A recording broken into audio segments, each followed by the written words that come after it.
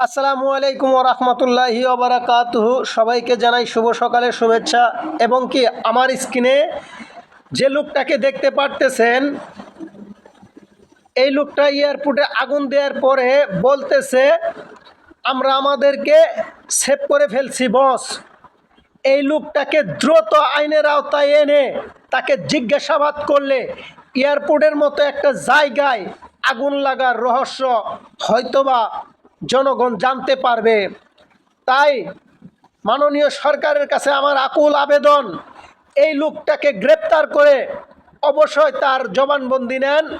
এবং কি সে যদি স্বীকারোক্তি না দিতে চায় তাহলে এমনভাবে তাকে ধরবেন সে যেন স্বীকার দিতে বাধ্য হয়। কারণ সে কাকে বলল যে বস আমরা আমাদেরকে সেভ করে ফেলছি, এটা কেন বলল? অবশ্যই এরা জড়িত। আর এই ফেসটা বাংলাদেশের কোনো মানুষের মতো লাগতেছে না, হতেও পারে বাংলাদেশের, কিন্তু লাগতেছে না। এর বিরুদ্ধে দ্রুত ব্যবস্থা নেওয়া হোক, একে গ্রেপ্তার করে অবশ্যই জিজ্ঞাসাবাদ করা হোক। আপনারা কি বলেন?